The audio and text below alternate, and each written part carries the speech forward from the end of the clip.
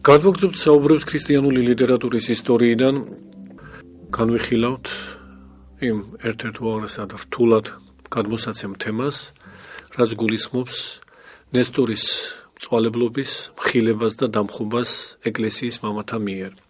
ის უკიდურესად შეფარული მზაკვრობა, რაც ნესტორიანიზმის ერესში იმალება, ჭეშმარიტად საჭიროებდა იმგვარად აღმატებულ და ესოდენ ღრმად განმჭვრეტ ღვთისმეტყველს სამხილებლად, როგორიც გახდა წმინდა კირილე ალექსანდრიელი. და ღვთის განგებით მეორე დიდი ღვთისმეტყველის თევდორიტეს მიერ საკუთარი პოზიციური ცდომილების გაცნობიერება დიდად სასიკეთო აღმოჩნდა ეკლესიისთვის, თვითის პაექრობაც, რაც კირილესა და თევდორიტე კვირელს შორის მიმდინარეობდა საღვთისმეტყველო ტერმინოლოგიის უფრო მეტად დახვეწისა და ფორმირების ასპექტით, ასევე ძალიან ფასეული აღმოჩნდა და შედეგად მივიღეთ უაღრესად ხელშესახები კეთილი ნაყოფი, მთელი ეპოქალური მიმართულების, საეკლესიო საღვთისმეტყველო მოღვაწეობის მთელი ეპოქალური მიმართულების უპირობოდ განმსაზღვრელი მეოთხე მსოფლიო კრების, ქალკედონის კრების დოგმატი განკაცებული ღვთის შესახებ. როგორც აღნიშნავდით, ეს დოგმატი ეფუძნება კირილე ალექსანდრიელისა და თევდორიტე კვირელის საღვთისმეტყველო სწავლებათა ყველაზე უფრო ფუძემდებლურ დებულებებს. ყველაზე უფრო ფუძემდებლურს ვამბობთ, იმიტომ რომ და სამწუხაროდ ეს გახდა სწორედ პაექრობის სათავე, ასეთი ვრცელი და მრავლის მომცველი დოგმატის, რაც არის დოგმატი ღვთისგანგაცების შესახებ, აი ამ დოგმატის განმარტებითად გადმოცემის ჟამს, ცხადია, ადამიანი ხორცში მყოფი არ არის დაზღვეული რაღაც ფორმალური გამოთქმითი ტერმინოლოგიური ხარვეზებისგან. იმიტომ რომ ეს დოგმატი ტერმინებში, განმარტებებში ცხადია სრულყოფილად ჯერ კიდევ ჩამოყალიბებული არ იყო, თორემ მაშინ კირილე ალექსანდრიელის ასეთი თავდადებული მოღვაწეობა აღნიშნული დოგმატის ვრცლად განმარტების მიზანდასახულობით საჭირო აღარც იქნებოდა. ამიტომ ის რაც აქამდე კირილესა და თევდორიტეს მოღვაწეობამდე, ანუ მეხუთე საუკუნის პირველ ნახევრამდე საეკლესიო ტრადიციაში ამ დოგმატთან დაკავშირებით ჩამოყალიბებული იყო, აი ეს უმტკიცესი საფუძველი გაცილებით უფრო ვრცელი დიაპაზონით და გაცილებით უფრო ამომწურავი კომენტირებით ამ ორმა მოღვაწემ თავიანთ შრომებში, თუნდაც პაექრობის შრომებში ერთი მეორისადმი მოგვაწოდეს ჩვენ. ხოლო რაც შეეხება პაექრობის სათავეს, ვთხოვთ ჩვენს ყველა მსმენელს, რომ აბსოლუტურად ჩამოყალიბებული გარკვეულობა ჰქონდეს ამ საკითხთან დაკავშირებით. მიუხედავად იმისა, რომ თევდორიტე იყო ცდომილებაში და კირილე ალექსანდრიელი ამ პაექრობის ყველა პუნქტში ღვთივმიმადლებული სიბრძნით ბრწყინავდა, საკუთრივ თევდორიტეს ცდომილებაც არ უნდა გავიგოთ სამოძღვრო ასპექტით ცდომილებად. ესე იგი, მას თავის შრომებში რაღაც მწვალებლური აზრები კი არ გამოუთქვამს. არამედ თევდორიტეს ცდომილება იყო მხოლოდ და მხოლოდ კირილე ალექსანდრიელის პაექრობითი მიზანდასახულობის სიღრმისეულად ვერ გაგება. აი ესე იგი, ამ შემთხვევაში თევდორიტეს ცდომილება არასაკუთარი ნააზრევის მხრივ რაიმე მწვალებლური მოძღვრების, მწვალებლური დებულების გამოთქმის ყოვლად შეუძლებელიცაა, არამედ მისი ცდომილება არის სხვა მოძღვრის, უაღმატებულესი და ღმერთშემოსილი კირილე ალექსანდრიელის შრომების მიზანდასახულობის მართებულად ვერ გაგება. მან ჩათვალა, რომ კირილე უპირისპირდებოდა ნესტორის მოძღვრების იმ ნაწილს, რაც ორბუნებოვნებას გულისხმობს. მაშინ როცა კირილეს არ ჰქონდა ეს მიზანდასახულობა და არ შეიძლებოდა ამასთან დაკავშირებით მას ნესტორთან პაექრობა ჰქონოდა, რადგანაც ორბუნებოვნების აღსარებელია თავისთავად ცხადია თვით კირილეც და ყველა მართლმადიდებელი მოძღვარი. შეიძლება თქვათ დღეისათვის რომელიმე მსმენელმა ან მკითხველმა ან პიროვნება, ვინც ამ საკითხითაა დაინტერესებული, რაღაც ტენდენციურობა დაინახოს ჩვენს მსჯელობაში და ასეთი რამ ვითხრას, რომ თუ არ ეხება გამოკვეთილად ორბუნებოვნებას კირილე ალექსანდრიელი თავის შრომებში, საიდან შეგვიძლია დავასკვნათ, რომ იგი სწორედ ორბუნებოვნების დამცველი იყო. თუ იყო ამის დამცველი, რატომ არ ეხება? და ეს საკითხი სხვათა შორის არაერთგზის დასმულა, ჩვენს გქონია ამ საკითხთან დაკავშირებით ზეპირი პაექრობაც, ნაწილობრივ წერილობითიც და ამჯერადაც ხაზგასმით ვიტყვით, რომ არანაირი ტენდენციურობის, არანაირი ასე ვთქვათ ვითარების შელამაზების გამო ჩვენ ამას არ ვამბობთ. ვამბობთ იმას, რაც ჭეშმარიტად კირილე ალექსანდრიელის მოღვაწეობაში ზედმიწევნით გამოკვეთილია, რომ იგი მართლაც განკაცებული ღვთის სრული ორბუნებოვნების აღსარებელი გახდათ და ამის ციტატა მრავალია. ყველაზე უფრო მეტყველი ციტატა სხვათა შორის ძველი ქართული თარგმანი ჩვენ გამოვაქვეყნეთ კიდეც, სადაც პირდაპირაა უწყებული ამ ციტატაში და ეს ციტატა გახლავთ მოტანილი ისეთი დიდი დოგმატური კრებული და როგორიცაა სახელწოდებითვე დოგმატიკონი, არა ეგზის ჩვენ გახსენებული არსენი ყალთველის მიერ თარგმნილ შედგენილი. მასში პირდაპირ წერია, რომ ამან წმიდამან ევტიქისა ძირისა აღმოფხურისა მნებებელმან, ესე იგი წინასწარვე ევტიქი კირილეს შემდგომია. და აი ამ ევტიქის მწვალებლობის წინასწარვე აღმოფხურის მნებებელმანო კირილეზია ნათქვამი განკაცებულისა ღმრთისა ორნი არსებანი, რომელი იგი არის ორნი ბუნებანი, ხმამაღლად აღსარებულ ხო. ესე იგი ამ ციტატით პირდაპირ ნაუწყები და დადასტურებული და დამტკიცებული, რომ კირილი ალექსანდრიელი არათუ უბრალოდ აღიარებდა ორბუნებოვნებას განკაცებული ღვთისას, არამედ ხმამაღლად, ეს ძველი ქართული ფორმა გახლავთ, ანუ ყველას გასაგონად, რჯულდებითად, დოგმატურად ამტკიცებდა მას და ეს ასეც უნდა ყოფილიყო, სხვა შემთხვევაში, რა თქმა უნდა, კირილი ალექსანდრიელი წმინდანი ვერ იქნებოდა. მაგრამ თუ ეს უეჭველია, კიდევ ერთხელ აღნიშნავთ, მაშ რატომ არ აკეთებს მკვეთრ აქცენტს ნესტორთან პაექრობაში ორბუნებოვნებაზე. ხაზგასმით ვიტყვით, რომ ამის ახსნა არის აბსოლუტურად მარტივი, სრულიად ადვილი და გამომდინარე საზოგადოდ საეკლესიო ანტიერეტიკული მოღვაწეობის ისტორიიდან. რას გვიჩვენებს ჩვენ საეკლესიო ანტიერეტიკის ისტორიული ხედვით შესწავლა? გვიჩვენებს მხოლოდ ერთს. ეკლესიის მამები ამა თუ იმ პიროვნებას ეკამათებიან არა იმ საკითხში თავისთავად ცხადია, რაშიც ეს პიროვნება თუნდაც ფორმალურად არ ცდებოდეს, თუ რაღაც გვერდითა შტრიხით ცდება, იქ დაკონკრეტებითად აუცილებლად იქნება მშელობა, მაგრამ როცა ცენტრალური პაექრობა, დებულებაშია პაექრობა და ცნობილების განმართვა დიდი ღვთისმეტყველისგან ყოველთვის ხდება იმ კუთხით, რა კუთხითაც ეს ცნობილება ვლინდება.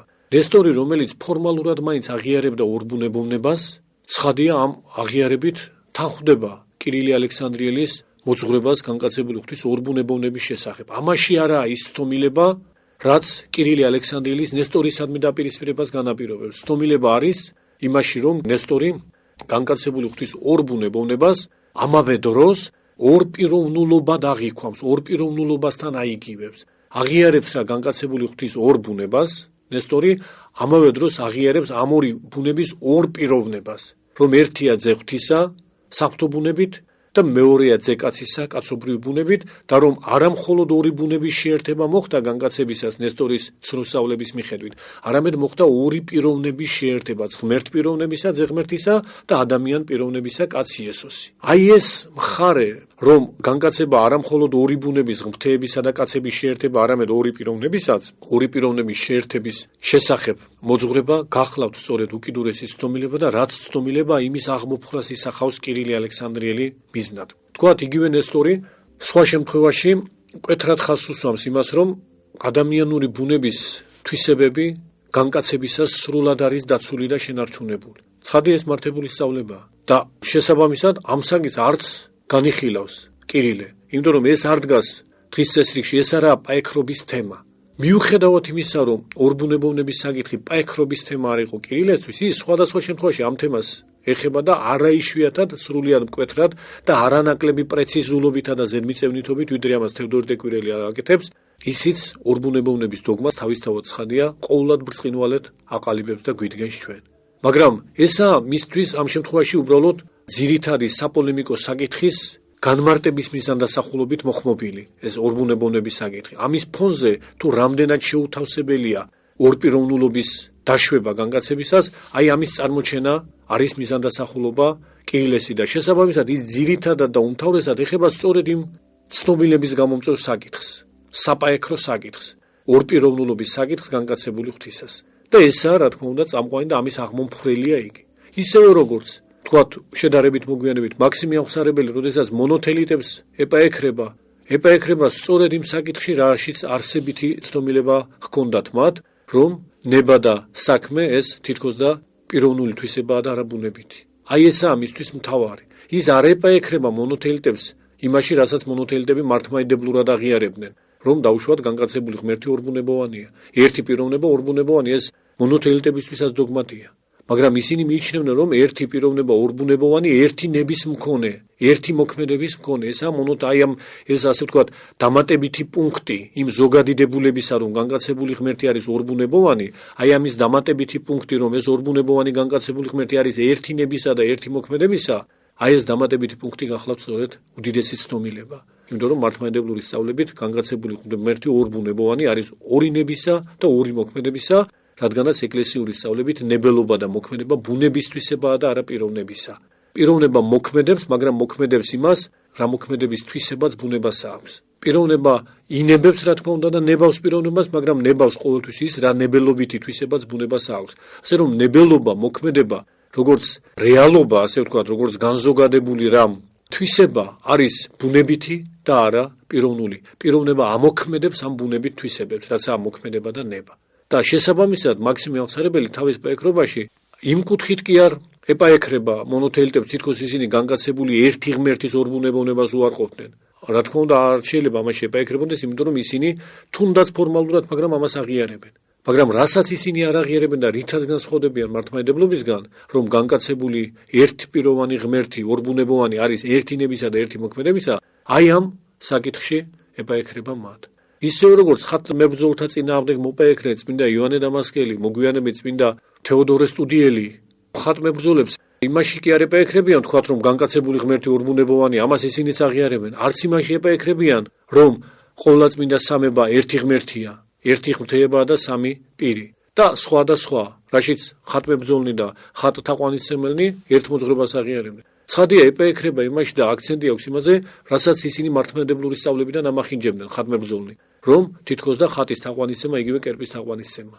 და ცხადია ესაა ცენტრალური. ასე რომ აურაცხელის სხვა მაგალითი შეგვიძლია მოვიხმოთ, მაგრამ დასკვნა თავისთავად ცხადია ერთია, ლოგიკურადაც ეს სავსებით გასაგებია, რომ ესა თუ ის საეკლესიო ღვთისმეტყველი, როდესაც ეპაექრება მწვალებელს, ცხადია ეპაექრება იმ საკითხში, რაშიც ეს მწვალებელი ცდება. როგორც დოგმატიკოში მკვეთრად არის თქმულდა ჩვენს არაერთგზის აღნიშნავს, პიროვნება, რომელიც მწვალებელია, ეს არნიშნავს, რომ ის ყველა საკითხში მწვალებელია. თუნდაც ერთ საკითხში იყოს შეგნებულად და გაკერპებულად ცდომილი ესა თუ ის პიროვნება, ის უკვე მწვალებელია. ყველა სხვა დანარჩენი რომ მას მართლმადიდებლურად ჰქონდეს აღსარებული. ერთი დოგმატური ცდომილებაც ამა თუ იმ პიროვნებას თუ ის ამ ცდომილებას არ შეინანებს და არ გამოასწორებს, მას მწვალებლობის ბადეში აქცევს, თავისთავად ცხადია. ამიტომ ეპაექრება რა ასეთ მწვალებელს, რომელიც რაღაც საკითხშია გაუკუღმართებული, საეკლესიო ღვთისმეტყველი სწორედ ამ საკითხის, ესე იგი, საფრთხის ქვეშ მყოფი საკითხის, დოგმატის იმ ნაწილის მოპაექრეთ წარმოჩნდება, რა ნაწილიც გააუკუღმართა ამა თუ იმ პიროვნებამ. ამჯერადაც კირილე ალექსანდრიელი ეპაექრება რა ნესტორს, ეპაექრება სწორედ იმ საკითხში, რა საკითხიც ნესტორისგან მცდარად აღიქმება, რაც მან გააუკუღმართა და თავისი მწვალებლური მოძღვრების მხრივ დოგმატის დონეზე აიყვანა. ესე მისთვის ნესტორისთვის ეს თავის მხრივ და ამ ნესტორიანული მოძღვრების ფარგლებში დოგმატია, რომ როგორც ორი ბუნება შეერთდა, ასე ორი პიროვნება შეერთდა. და ნესტორის ეს სრულ დოგმატი რომ ამხილოს, რომ განკაცება თითქოს ორპიროვნულობაცაა, არა მხოლოდ ორბუნებოვნება, ეს ორპიროვნულობა, ეს უკიდურესი ცდომილება რომ ამხილოს, ცხადია ამაზე აქვს აქცენტი. მაგრამ ეს ჩვენ რომ ასე სიტყვით ვამბობთ რომ ამხილოს, ცხადია ესოდენ რთული საკითხია, ასე ორი სიტყვით და ასე ადვილად არ იმხილება. რაც არ უნდა საკუთარ გონებაში და შემეცნებაში კირილეს ღრმად ჰქონოდა ჭეშმარიტი სწავლება, შთანერგილი და ეს უეჭველად ასე იყო, მხოლოდ ეს არ კმაროდა. არ კმარა მხოლოდ ის, რომ პიროვნებას მართლმადიდებლური მოძღვრების უცდომელობა ჰქონდეს. არ კმარა იმიტომ, რომ ის ვალდებულია სხვებსაც ეს უცდომელობა წარმოუჩინოს, სხვებიც ამ უცდომელობის რწმენამდე მოიყვანოს, ანუ სხვებსაც დაუმტკიცოს მართლმადიდებლური მოძღვრების ამა თუ იმ დოგმატის ჭეშმარიტება. ანუ არა მხოლოდ ვირწმუნოთ, არამედ დავასაბუთოთ კიდე სხვებისთვის. მარტო ჩვენ რომ ვირწმუნოთ და ჩვენ გვაცხოვნებს ეს ჩვენი რწმენა, ეს ღვთის წინაშე არაა საკმარისი მოღვაწეობისთვის, მოღვაწეობის აუცილებელი და განუყოფელი ნაწილია სხვათათვისაც ამ ჭეშმარიტების განმარტება, რაც ჩვენ ვირწმუნეთ, რასაც ღვთისმადლით ესა თუ ის პიროვნება მიწვდა, ის ვალდებულების მქონეა, რომ სხვებსაც წარმოუჩინოს მისგან წვდომილი მართებული სარწმუნოების სიღრმე და უცდომელობა. სხვანაირად საერთოდ არ იქნებოდა ეს ანტიერეტიკული ასეთი დაუღალავი, შეუნელებელი და უაღრესად შრომატევადი მოღვაწეობა ეკლესიის მამებისა. მათ ხომ ამ მოღვაწეობამდეც ჰქონდათ ჭეშმარიტება შემეცნებული ღვთის წინაშე, ისინი ხომ არ იყვნენ ცდომილებაში. მაგრამ რატომ გასწიეს ეს დიდი ღვაწლი? გასწიეს ჩვენთვის, სხვათათვის, სტომილთათვის, ან და სამომავლოდ დაბადებათათვის, რომ ისინი სტომილებაში არ ჩავარდნილიყვნენ. მათთვისაც, რა თქმა უნდა, იმ ერეტიკოსთათვის, რომ იქნებ, ვიდრე ჯერ კიდევ ხორცში იმყოფებოდნენ და ჯერ კიდევ სიკვდილი არ მოსდგომოდათ და სანამ ჟამი იყო სინანულისა, შეენანებინათ მათაც საკუთარი სტომილება და მამისეულ სანერგეს, მამისეულ ბაღს, როგორც წმინდა ეგნატე ანტიოქელი ამბობს, არ გამოკლებოდნენ ისინიც კი. აი ეს დიდი კაცთმოყვარეობითი, უფლის კაცთმოყვარეობას მიმსგავსებული და უფლის კვალს მიდევნებული ღვაწლი აქვთ ნატვირთი ეკლესიის მამებს, რომ ერთი მხრივ მოპაექრეები, რომ შემდეგ ისინი ღვთის მოსაყვედურენი არ აღმოჩნდნენ, რომ არავინ გვითხრა ჭეშმარიტება და იმიტომ აღმოჩნდნენ სტომილებაშინო, აი ეს მოპაექრენიც კიდევ ერთხელ ჭეშმარიტებისკენ მოიზიდონ, უხმონ ჭეშმარიტებისკენ, ბევრმა შეისმინა ასე. და ეს, რა თქმა უნდა, ფუჭი ღვაწლი არ ყოფილა და ვინც არ შეისმინა, იმათ წინაშეც ეს აუცილებელი იყო. როგორც ეკლესიის მამები გვასწავლიან, რომ შემდეგ მათ საყვედური არ ეთქვათ უფლისათვის და თავის მართლების საბაბი არ ჰქონოდათ. როგორც არაერთ გზის გვითქვამს, საღვთო მოქმედება არა მხოლოდ მიზეზს პოვს ბოროტებისას, არამედ საბაბსაც კი. მიზეზი რა, აი მართლაც რომ ვიღაც გულწრფელადაა შეცდენილი და მისი გულწრფელი სტომილების მიზეზი რომ აღმოფხრათ. მაგრამ ზოგი შეგნებულადაა სტომილებაში, ესე იგი, ვინმემ კი არ მოატყუა, ეს სტომილებაა მისთვის სათაყვანო, როგორც ზეციური ძალის დაცემა, რომ ის შეცდომაში კი არ შესულა, შეგნებულად დაეცა. ესე ვინმეს კი არ მოუტყუებია, შეცდომაში შესულა ნიშნავს ვინმე რომ რაღაცისკენ მოტყუებით წაგიყვანს. ყოველთვის ეს ასე არ ხდება, ზოგჯერ შეიძლება შეგნებულად ხდებოდეს ამა თუ იმ გონიერი ქმნილებისგან დაცემულობის არჩევა, ღვთისგან განდგომა და სწორედ ესაა განუკურნებელი. მაგრამ ამ მათ, როდესაც ჟამი დადგება, შესაძლოა საბაბად მოიხმონ ის, რომ არავინ განუმარტა ჭეშმარიტება და ამიტომ ჩავარდნენ უკეთურებაში და სტომილებაში. თუმცა ღვთის წინასწარ ცოდნით ისედაც შეცნობილია, რომ ეს პირები რაც არ უნდა განმარტებლები მათ ყოლოდათ, მაინც ამ სტომილებაში დარჩებოდნენ. ასეთი განმარტებლები მათ მოევლინებათ და მოევლინებათ არა იმის გამო, რომ უფალი შეცდა თითქოს, რომ ისინი მაინც არ შეისმენდნენ და რა საჭირო იყო ეს ფუჭი ღვაწლის გაწევა მათ წინაშე, არამედ სწორედ იმიტომ, რომ მათ თავის მართლების საბაბიც კი აღმოფხროდათ და შესაბამისად სრულიად გაშიშულებულნი წარმდგარიყვნენ იმ ჟავრის წინაშე, რაც გარდუვალია მათთვის. აი ამიტომ აი ამგვარი მიზანდასახულობით ეკლესიის მამები იღწვიან რა ანტიერეტიკული მიმართულებით და მწვალებლობათა წინააღმდეგ უაღრესად შრომატევად გარჯასა და მოღვაწეობას აღასრულებენ, პირველ რიგში თვითი პაექრობის ადრესატთა მოქცევას, ჭეშმარიტ მოძღვრების წიაღში დაბრუნებას ისახავენ მიზნად, მეორე რიგში ამავე მწვალებელთა, რომლებიც შეუსმენელნი არიან, ამავე მწვალებელთაგან თავის მართლების საბაბის აღმოფხრას და მესამე მხრივ ჩვენ ეს პირველ მეორე მესამე ღირსების მიხედვით არ დაგვინაწილებია, ეს მესამე ყველაზე მნიშვნელოვანია, უბრალოდ ფორმალურად როგორც ჩანს, როცა მე ვინმეს ვეპაექრები, პირველ რიგში მას ვეპაექრები და მას უმტკიცებ ჭეშმარიტებას. თუ შეისმეს, ესე იგი პირველ რიგში მისთვის მიღვაწია. რიგობრივი მიმდევრობით ვამბობ. თუ არ შეისმეს, ეს უკვე მეორე რიგით, მაინც მისდამი მიღვაწია, იმიტომ რომ ღვთის წინაშე ის თავს ვეღარ იმართლებს და საბაბი აღმოიფხვრა.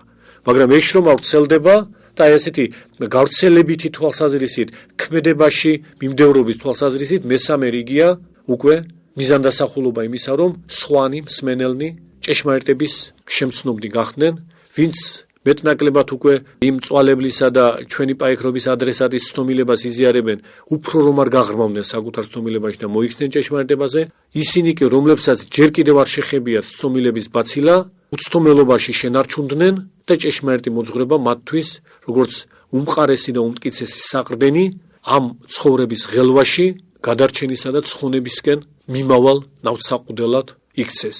და სამომავლოდ დაბადებადნი მომავალი თაობები, რომლებიც ასევე განსაკუთრებულად საღვაწი არის იმ დიდი მამებისგან, ანუ საპატრონებელია იმ დიდი მამებისგან, რომლებიც საღვთისმეტყველო სწავლებებს განმარტებითი სახით აყალიბებდნენ, საღვაწია და საპატრონებელი იმდენად, რომ ისინი თავიდანვე ჭეშმარიტი სწავლების განმარტებაზე აღიზარდნენ და თვითონვე გახდნენ შემდეგში ამ სწავლების შეურყევლად დამცველნი. აი ეს მიზანდასახულობანი გახლავთ ნებისმიერი პაექრობის ჟამს და რა თქმა უნდა ეს მიზანდასახულობა თავისთავად ის იმდენად ტევადია, რომ ზოგადად და განყენებულად, რაც მოცემულ შემთხვევაში კონკრეტულად პაექრობის საგანი არა, ჩვეულებრივ იმას ანტიერეტიკოსი მოღვაწე ვეღარ შეეხება. რადგანაც ეს თავისთავად არის ძალიან ტევად ის სტომილების გამომწვევის საკითხი, იმის განმარტება უდიდესი საქმეა, უდიდესი ნაყოფის, უკეთილესი ნაყოფის მომტანია და ესაა ვალდებულებაც ღვთისა ამა თუ იმ პიროვნებაზე. შესაბამისად, პაექრობისას ყოველთვის აქცენტირებულია სწორედ ის საკითხი, რაც ვერ არის მართებულად გააზრებული პაექრობის ადრესატისგან და შეიძლება ეს ადრესატი სამგმაო სიმრავლე იყოს, ანდა არათუ მართებულად ვერ არის, უკიდურესად ცდომილად არის გაგებული და ამ ცდომილებას იგი ეს პიროვნება როგორც ბაცილის მფრქვეველი რაღაც დაავადებული წყარო თავის გარშემო ფანტავს და აუცილებელია კურნება, აუცილებელია აღმოკვეთა და აღმოფხრა ცდომილების გამომწვევი წიაღისა. ამიტომაა რომ კირილ ალექსანდრიელის შრომებში ყველგან ყოველ ნაბიჯზე ამ უდიდესი ცდომილების განმარტებაა და ეს განმარტება არის სრულიად აუცილებლად მრავალჯერადად გასამეორებელი, რადგანაც მისი ერთბაშად და ასეთი ვრცელი და მრავალგზისი განმარტებების გარეშე რწმუნება მოუმზადებელი ადამიანებისგან ძალიან რთული გახლავთ. ჩვენ ამაზე ვისაუბრეთ, რა სირთულეები ახლავს ამ მოძღვრების გადმოცემას, ესე იგი ჭეშმარიტი სწავლების გადმოცემას იმის შესახებ, რომ განკაცებული ღმერთი არის ერთი პიროვნება, ორბუნებოვანი და ამ ორბუნებოვნების რაობა რაშია, აი ამის განმარტება გახლავთ ურთულესი და პირდაპირ შეგვიძლია ვთქვათ, რომ მიუხედავად ტრადიციულად უკვე დამკვიდრებული რჯულდებისა, აი ამ რჯულდებისა, რაც ვთქვით, რომ განკაცებული ღმერთი არის ორბუნებოვანი და ესაა დიოფიზიტობა, სწორედ თვითონ ტერმინი დიოფიზიტობა ორბუნებოვნებას ნიშნავს. სამწუხაროდ მკაფიოდ შეგვიძლია ვთქვათ, რომ დღესაც არა იშვიათად ჩვენ ეს ორბუნებოვნება არ გვესმის. ანდა გვესმის მხოლოდ ფორმალურად, ვიცით რომ ეს მართებულია ეს დოგმატი, მაგრამ რა იგულისხმება ამ დოგმატში, ძალიან ნაკლებად არის შემეცნებული ჩვენგან. ეს ორი ბუნება რომ ერთი მეორეს შეუერთდა, ეს რას ნიშნავს თავისთავად? ამის განმარტება ორი ბუნების ერთპიროვნულობის აღიარების გარეშე ყოვლად შეუძლებელია, მაგრამ გარეგნულად აი ეს დებულება თითქოს და სირთულის გამომწვევი დებულება რომ ერთი პირი ორბუნებოვანი როგორ შეიძლება იყოს, განა უფრო ადვილად სარწმუნო არა რომ ორი ბუნების მქონე ორი პიროვნება, აი ეს გარეგნული სიმარტივე ამარჯვებინებდა ნესტორიანის და ამარჯვებინებდა სხვა ერესებსაც. თუმცა ჩვენ არ უნდა ვიფიქროთ იოლად, რომ თითქოს ნესტორიანიზმი, არიანელობა და სხვა წვალებლური მიმართულებანი რაღაც მარტივი ბოროტხელოვნების შეწმასნილება იყოს. ეს ძალიან რთული ხლართებია, ურთულესი გონების ნაყოფია და არა ვთქვათ მარტივი გონებისა და ამ ხლართების და ამ ნასკვების გახსნა, რა თქმა უნდა, როგორც აღვნიშნეთ, განსაკუთრებულ გაბედულებასა და განსწავლულობას მოითხოვდა, რომლის მარადიული ნიმუშები ყოველთვის იყვნენ მოვაწეები, საბერძნეთში იქნებოდა ეს თუ საქართველოში. ჩვენ დროებით აქ შევჩერდებით, გმადლობთ ყურადღებისათვის.